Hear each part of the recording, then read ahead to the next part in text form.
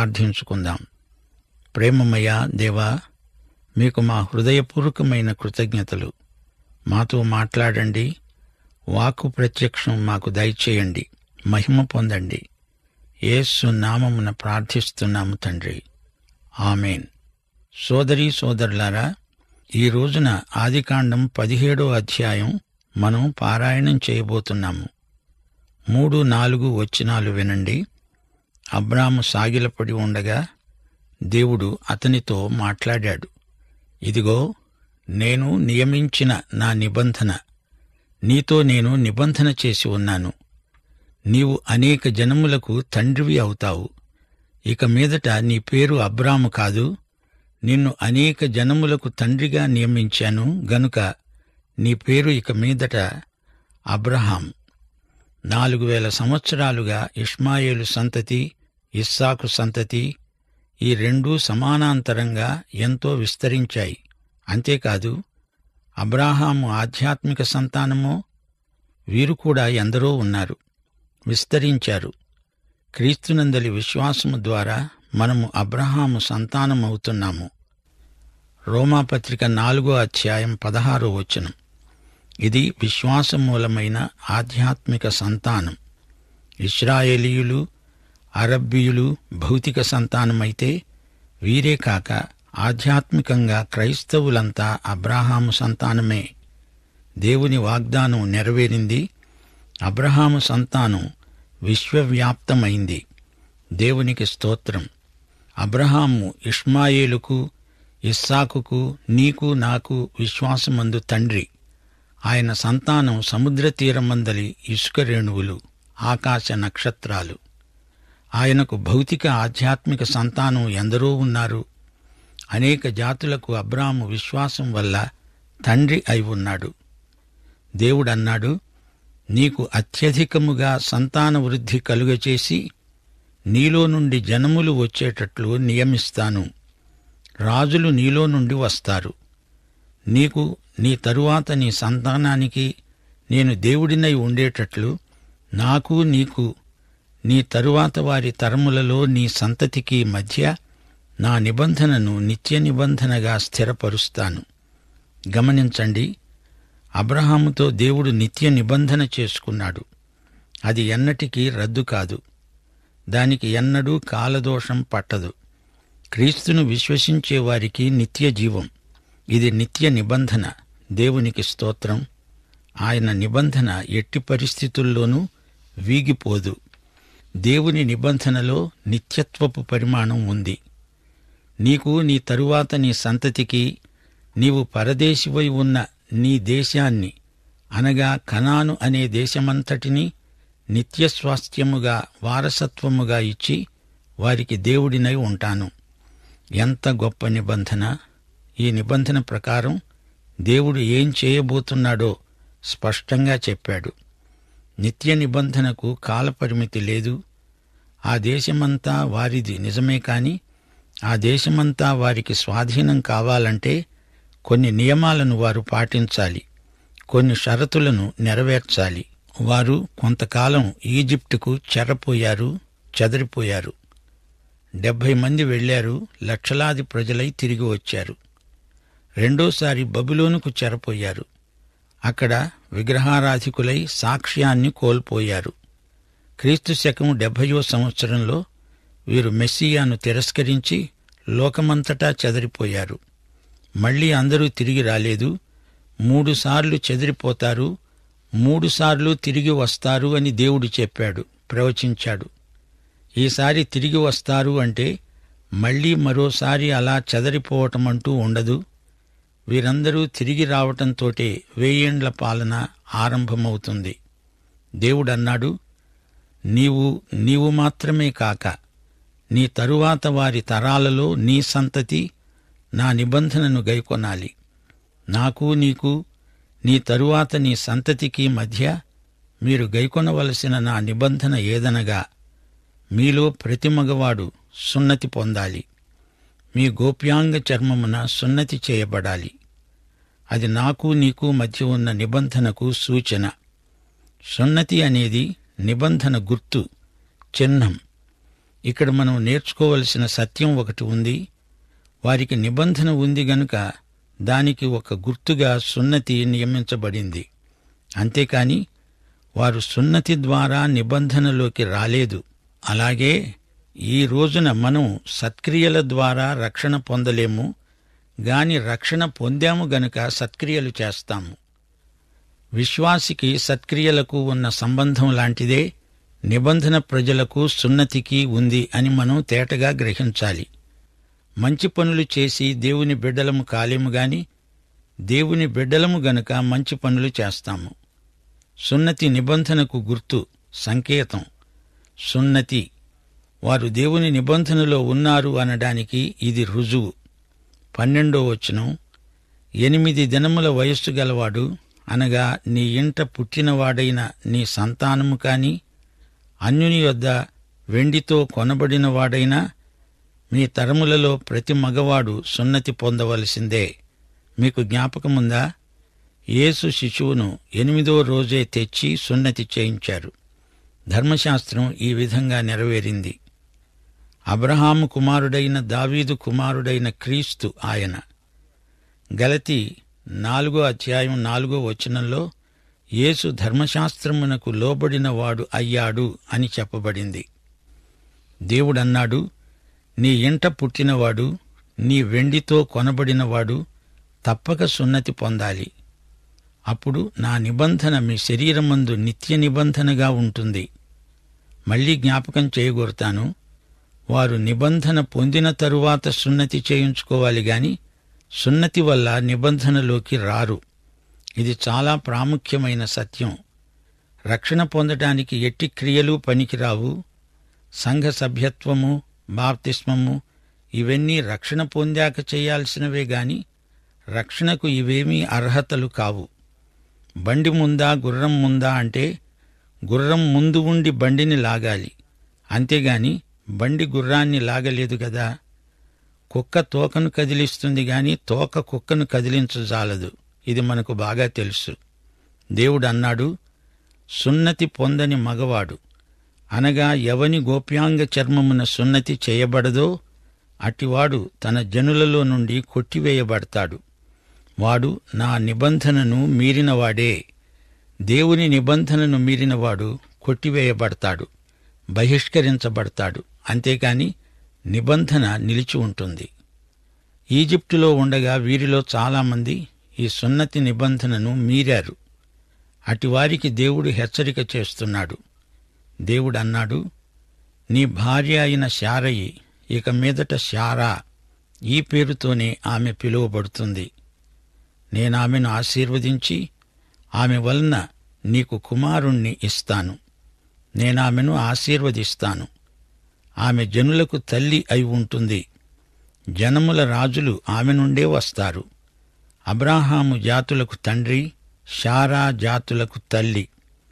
అప్పుడు అబ్రహాము సాగిలపడి నవ్వి, 100 ఏండ్ల వానికి సంతానము కలుగుతుందా? 90 ఏండ్ల శారా కంటుందా అని మనస్సులో అనుకున్నాడు.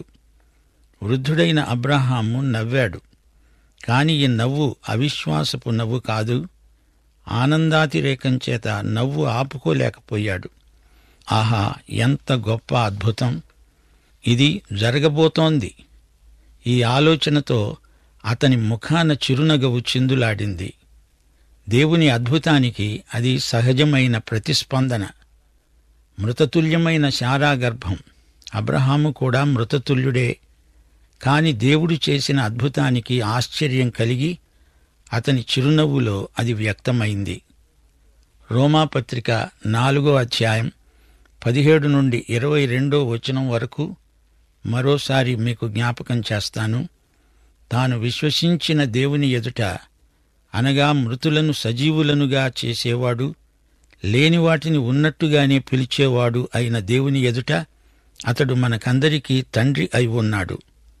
ఇందును గూర్చి రాయబడి ఉన్నది, నిన్ను అనేక జనములకు తండ్రిగా నియమించాను, నీ సంతానము ఈలాగు ఉంటుంది అని చెప్పిన దాన్ని బట్టి తాను అనేక జనములకు తండ్రి అయ్యేటట్లు నిరీక్షణకు ఆధారము లేనప్పుడు అతడు నిరీక్షణ కలిగి నమ్మాడు.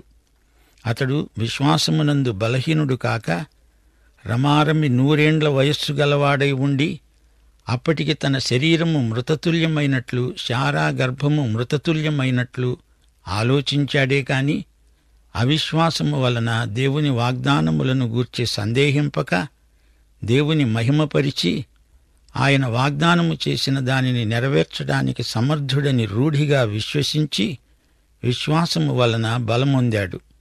అందుచేత అది అతనికి నీతిగా ఎంచబడింది. అబ్రహాము దేవుని యందు విశ్వసించాడు. దేవుని అద్భుతమును దేవుని మహిమను చూచి అతడు పరవశం చెందాడు.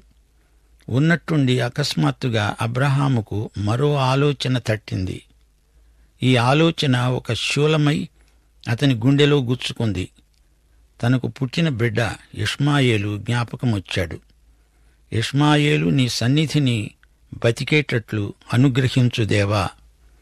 ఇది అబ్రహాము ప్రార్థన, వేడుకోలు. ఇష్మాయేలు తన ఇంట్లో పెరుగుతున్నాడు. ఇష్మాయేలంటే అబ్రహాముకు ఎంతో ప్రేమ.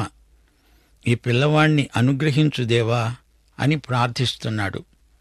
హాగరును 14 సంవత్సరాల ఇష్మాయేలును వెళ్లగొట్టిన తరువాత మళ్లీ అబ్రహాము అతణ్ణి చూచి ఉండలేదు. ఈ వృత్తాంతం మనం త్వరలో వినబోతాము. ఒక విషయం మనం ఒప్పుకొని తీరాలి. ఇష్మాయేలు అబ్రహాము కొడుకు. అబ్రహాము తన కొడుకైన ఇష్మాయేలును ప్రేమించాడు. అందులో ఎంతమాత్రమూ సందేహం లేదు. ఇష్మాయేలుకు దూరం కావడం అబ్రహాము భరించలేకపోయాడు. అది పితృహృదయం. అబ్రహాము ఎన్నోసార్లు అనుకొని ఉంటాడు, హాగరును కూడి ఎంతో తప్పు చేశాను. అతడు చేసిన ఆ పాపానికి 400 ఏండ్లు ఎలాంటి ఫలితాలు కలుగుతున్నాయో చూస్తున్నాము. పాపం అనే దుష్టశక్తిని తేలికగా చూడవద్దు. గలతీపత్రిక 6వ అధ్యాయం 7వ వచనం. మోసపోకండి, దేవుడు వెక్కిరించబడడు. ఎవడు ఏమి విత్తుతాడో అదే పంట కోస్తాడు. నీవు వేసిన విత్తనం లక్షణమే నీవు కోసే పంటలో కానవస్తుంది. విత్తిన విత్తనమే పంటలో నీకు వచ్చే విత్తనాలకు మూలం. ఇష్మాయేలును గురించి బాధపడుతున్నాడు, భయపడుతున్నాడు. దేవుడంటున్నాడు, నీ వారసుడు ఇష్మాయేలు కాడు. నేను నీకు వాగ్దత్త వారసుణ్ణి ఇస్తాను. నీ భార్య అయిన శారా నిశ్చయంగా నీకు కుమారుణ్ణి కంటుంది. నీవు అతనికి ఇస్సాకు అని పేరు పెడతావు. అతని తరువాత అతని సంతానం కోసం నిత్య నిబంధనగా నా నిబంధనను అతనితో స్థిరపరుస్తాను. మా శ్రోతలు ఈ సందర్భంలో గుర్తించాల్సిన వాస్తవం ఒకటి ఉంది. దేవుడు బహుభార్యాత్వాన్ని ఎన్నటికీ ఆమోదించడు. అది ఆయన చిత్తం కానే కాదు. దేవుడన్నాడు, ఇష్మాయేలును గూర్చి నీవు చేసిన మనవి నేను విన్నాను. నేనతణ్ణి ఆశీర్వదించి అతనికి సంతానాభివృద్ధి కలుగజేసి అత్యధికంగా అతణ్ణి విస్తరింపచేస్తాను. అతడు 12 రాజులను కంటాడు. అతణ్ణి గొప్ప జనముగా చేస్తాను. అయితే వచ్చే సంవత్సరం ఈ కాలమందు శారా నీకు కనబోయే ఇస్సాకుతో నా నిబంధనను స్థిరపరుస్తాను. అవును, దేవుడు ఇస్తానన్నది ఇస్తాడు, చేస్తానన్నది చేస్తాడు. దేవుడు తాను చేయబోయేది చేసినట్లే మాట్లాడతాడు. ఇస్సాకు ఇప్పుడే పుట్టినట్లే వారి మధ్య ఉన్నట్లే దేవుని మాటలు ధ్వనిస్తున్నాయి. లేని వాటిని ఉన్నట్లుగా మాట్లాడగలడు. దేవుని మాటలు సృజనాత్మకమైనవి. వచ్చే ఏడు ఇస్సాకు పుడతాడు అన్నాడు దేవుడు. దేవుడు అబ్రాహాముతో మాట్లాడడం చాలించిన తరువాత అతని వద్ద నుండి పరమునకు వెళ్ళాడు. అబ్రహాము ఇప్పుడు నిశ్చింతగా ఉండిపోవచ్చు. ఇందులో పరిశుద్ధాత్మ మనకు గొప్ప పాఠం నేర్పుతున్నాడు. దేవుడు ఒక్క మాట నీకు చెప్పిన తరువాత దాన్ని గురించి ఆందోళన అనవసరం. దేవుడు చెప్పిన తరువాత కూడా ఆ విషయాన్ని గురించి దేవుణ్ణి తొందర చేయడం అల్ప విశ్వాసమవుతుంది. అనవసరంగా కంగారు పడకూడదు. దేవుని మాట జరిగి తీరుతుంది. అబ్రహాము ప్రార్థనాపరుడు. ఎన్నెన్నో విషయాలు దేవుణ్ణి అడిగాడు, దేవుడిచ్చాడు. కాని ఇక్కడ నిబంధన విషయంలో మార్పునకు తావులేదు. దేవుని నిర్ణయం ఎన్నటికీ మారదు. నిబంధన ఇస్సాకుతోనే, ఇష్మాయేలుతో కాదు. దేవుని మనసును మార్చడానికి అబ్రహాము వృధా ప్రయత్నం చేయకూడదు. దేవుడు జవాబివ్వని అంశాలను గురించి, దేవుడు అంతకు ముందే నిర్ణయించిన విషయాలను గురించి కొందరు ఊరికే ప్రార్థిస్తుంటారు. దేవుని చిత్తమేదో పరీక్షించి తెలుసుకొని ఆ విషయమై ప్రార్థించాలి. పరలోకంలో దేవుని చిత్తం నెరవేరినట్లు ఇక్కడ నెరవేరాలి, అంతేకాని దానికి భిన్నంగా జరగదు. ఆదికాండం 17వ అధ్యాయం 23వ వచనం నుండి వినండి. అప్పుడు అబ్రాహాము తన కుమారుడైన ఇష్మాయేలును, తన ఇంట పుట్టిన వారిని అందరినీ, తన వెండితో కొనబడిన వారిని అందరినీ, అబ్రాహాము ఇంటి మనుష్యులలో ప్రతివానిని పట్టుకొని దేవుడు తనతో చెప్పిన ప్రకారము ఆ దినమందే వారి వారి గోప్యాంగ చర్మమున సున్నతి చేశాడు. అబ్రాహాము గోప్యాంగ చర్మము సున్నతి చేయబడినప్పుడు అతడు 99 ఏండ్లవాడు. అతని కుమారుడైన ఇష్మాయేలు గోప్యాంగ చర్మము సున్నతి చేయబడినప్పుడు అతడు 13 ఏండ్లవాడు. ఒక్కరోజే అబ్రాహాము అతని కుమారుడైన ఇష్మాయేలు సున్నతి పొందారు. అతని ఇంట పుట్టినవారు, అన్యుని వద్ద వెండితో కొనబడినవారు, అతని ఇంటిలోని పురుషులందరూ అతనితో కూడా సున్నతి సంస్కారం పొందారు. శ్రోతలు గమనించండి, సున్నతి దేవుని నిబంధనకు గుర్తు, సంకేతం మాత్రమే. అబ్రాహామీయ నిబంధన సంకేతం సున్నతి. ఇష్మాయేలును కూడా దేవుడు గొప్ప జాతిగా చేశాడు గదా అంటారా? అవును, నిజమే గాని అబ్రహాముకు దేవుడు ఇచ్చిన వారసుడు ఇస్సాకు మాత్రమే. ఇస్సాకు వలననైనదే నీ సంతానము అనబడుతుంది అన్నాడు దేవుడు. దేవుడు ఏర్పరచుకున్న జాతిపిత అబ్రాహాము. అతని వారసత్వం ఇస్సాకుకు సంక్రమించింది. హీబ్రూ భాషలో బేరిత్ అనే మాట ఉంది. ఇదే మాటకు సున్నతి అని కూడా అర్థం వస్తుంది. ఇంతటితో 17వ అధ్యాయం సమాప్తం. 18వ అధ్యాయంలో దేవుడు తన వాగ్దానాలను పునరుద్ఘాటించాడు. సొదొమ గొమొర్రాలను నాశనం చేయబోతున్నాను అని దేవుడు అబ్రహాముకు ముందుగా చెప్పాడు. అబ్రహాము జీవితగాథలో మధ్య సొదొమ గొమొర్రాల వృత్తాంతం వచ్చింది. అబ్రహాము సొదొమ గొమొర్రాల పక్షమున ఎంతో విజ్ఞాపన చేశాడు. 18వ అధ్యాయంలో అబ్రహాము ఆశీర్వాదం, 19వ అధ్యాయంలో పాప ఫలితమైన శాపం, లోతు జీవితం. ఇతని జీవితం ఎన్ని సంఘర్షణలతో నిండి ఉందో చూడబోతాము. 1 కొరింథీ 3వ అధ్యాయం 15వ వచనంలో లోతు చరిత్ర నేర్పే పాఠం. ఒకని పని కాల్చివేయబడిన ఎడల వానికి నష్టం కలుగుతుంది. అతడు తన మట్టుకు రక్షించబడతాడు, అగ్నిలో నుండి తప్పించుకొన్నట్లు రక్షించబడతాడు. ఇప్పుడు 18వ అధ్యాయంలో 1వ వచనం వినండి. మమ్రే దగ్గర ఉన్న సింధూర వనములో గుడారపు ద్వారమందు కూర్చొని ఉండగా యెహోవా అతనికి కనపడ్డాడు. మమ్రేలో కాపురమున్న వృద్ధుడు అబ్రహాము. అతడు కన్నులెత్తి చూడగా 3 మనుష్యులు అతని ఎదుట నిలవబడి ఉన్నారు. అతడు వారిని చూచి గుడారపు వాకిటి నుండి పరిగెత్తుకుంటూ వారికి ఎదురు వెళ్లి నేలమట్టుకు వంగి అన్నాడు, ప్రభూ, నీ కటాక్షము నా మీద ఉంటే నీ దాసుణ్ణి దాటిపోవద్దు. కొంచెం నీళ్లు తెప్పిస్తాను. దయచేసి కాళ్లు కడుక్కొని ఈ చెట్టు కింద అలసట తీర్చుకోండి. కాళ్లు కడుక్కోవడం పాద ప్రక్షాళనం. ఇంటికి అతిథి వచ్చినప్పుడు కాళ్లు కడగడం మర్యాద. అతిథి చెప్పులు విడిచి కాళ్లు కడుక్కుంటాడు. చెప్పులు విడవాలి, కాళ్లు కడుక్కోవాలి, విశ్రాంతి తీసుకోవాలి. ఇది అతిథి మర్యాద. ఒకసారి మన ప్రభువు తన శిష్యుల పాదాలు కడిగాడు. మీకు జ్ఞాపకముందా? ప్రభువు మన పాదాలు కడగటంలో మనకు సేవా దర్శనమిస్తున్నాడు.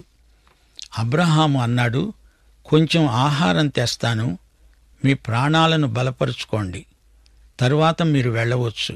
ఇందునిమిత్తమే కదా మీ దాసుని వద్దకు వచ్చారు. నీవు చెప్పినట్లే చెయ్యి అన్నారు వారు. అబ్రహాము గుడారములో ఉన్న శారా వద్దకు త్వరగా వెళ్లి అన్నాడు, నీవు త్వరగా 3 మానికల మెత్తని పిండి తెచ్చి రొట్టెలు చెయ్యి. అబ్రహాము పశువుల మందకు పరిగెత్తి మంచి లేత దూడని తెచ్చి ఒక పనివానికి అప్పగించాడు. వాడు దానిని త్వరగా సిద్ధపరిచాడు. తరువాత అతడు వెన్నను పాలను తాను సిద్ధము చేయించిన దూడను తెచ్చి వారు భోజనము చేస్తూ ఉండగా వారికి దగ్గరగా ఆ చెట్టు కింద నిలిచి ఉన్నాడు. చూడండి, అబ్రాహాము ఎంత గొప్ప అతిథి ప్రియుడో. వారికి సమృద్ధి భోజనం వడ్డించాడు. 3 అతిథులు తృప్తిగా భోంచేశారు. వీరు మామూలు అతిథులు కారు, పరలోక సంబంధులు, రాచఠీవి గలవారు. హెబ్రీ పత్రిక 13వ అధ్యాయం 2వ వచనంలో చెప్పబడినట్లు, ఆతిథ్యము చేయటం మరువకండి, దానివలన కొందరు ఎరుగకయే దేవదూతలకు ఆతిథ్యం చేశారు. అబ్రాహాము ఎరుగకయే దేవదూతలకు ఆతిథ్యం చేశాడు. సందేశం ఇక్కడ ఆపుతాను. ప్రార్థన చేసుకుందాం. ప్రేమగల మా తండ్రి, పరిశుద్ధుడవైన దేవా, నీకు మా హృదయపూర్వకమైన కృతజ్ఞతాస్తుతులు సమర్పిస్తున్నాం. ఈ రోజున పాఠంలో ఎంతో చరిత్ర నేర్చుకున్నాము. అబ్రహామును గురించిన సత్యాలు మా జీవితాలకు అన్వయించుకోవటానికి మాకు సహాయం చెయ్యి తండ్రి. మా జీవితాలలో అనేకమైన సమస్యలు ఉత్పన్నమవుతాయి. వాటన్నిటికీ జవాబు యేసే అని మేము గ్రహించడానికి మా ఆదరణ కొరకు చరిత్రలో నుండి మాకెన్నో పాఠాలు నేర్పుతున్నావు. ప్రభు, శ్రోతలందరినీ ఆశీర్వదించు. అందరి అక్కరలు నీవెరుగుదువు. కొందరు రోగగ్రస్తులున్నారు, కొందరికి కుటుంబాలలో సమస్యలున్నాయి, కొందరికి నిరుద్యోగ సమస్య. ఇలాగూ పలు విధాల సమస్యలతో అనేక మంది సతమతమవుతున్నారు. ప్రభు, వారిని వ్యక్తిగతంగా మీరు సంధించాలి, పరామర్శించాలి. యేసు నామమున ప్రార్థన చేస్తున్నాము తండ్రి. ఆమేన్.